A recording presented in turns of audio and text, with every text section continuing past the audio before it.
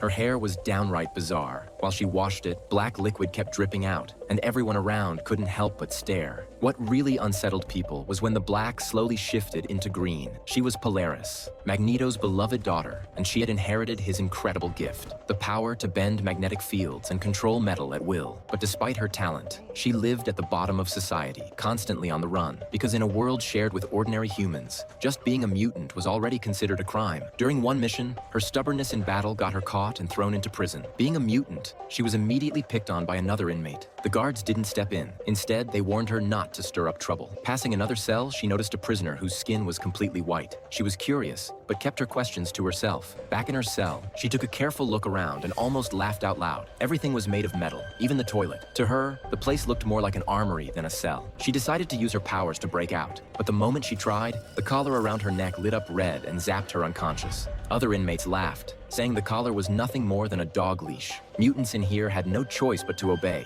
and with these collars on, they weren't even as strong as normal humans. No mutant had ever left this place alive, but Polaris wasn't afraid. She knew her allies would come for her. Soon after, a guard warned her to hand over the names of other mutants. In return, he said, she could be transferred to another prison. If she refused, she'd be sent somewhere even worse. To her, that was beyond insulting. She had no intention of sitting around waiting to die, especially since she'd recently discovered, right before her arrest, that she was pregnant. Out in the yard, just as she was trying to clear her head, a black inmate picked a fight with her. Now on, you're gonna do what you're told.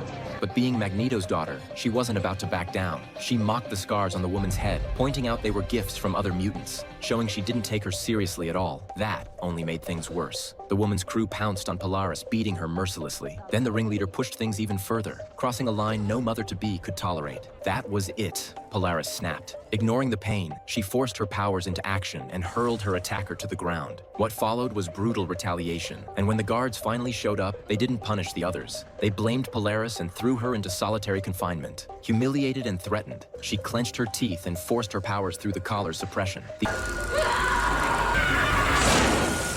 The iron door actually bent open, but the collar drained her so badly she collapsed, unable to get away. A guard rushed over just to mock her, yet her defiance clearly worried them. Fearing she might cause bigger trouble, they decided to transfer her to another facility to stop her from escaping. The transport van was built entirely out of plastic. Without metal, Polaris was just an ordinary human, but her team was already waiting in ambush. They used their powers to blow out the tires and sent an invisible ally to free her. The moment he slipped inside, though, his invisibility cut out. He was suddenly exposed, a sitting duck. Something was suppressing their powers. That's when they realized one of the escorts was a former friend, a mutant who could cancel out abilities for miles around. With no other option, Polaris's team had to throw themselves into an old-fashioned brawl to try and rescue her.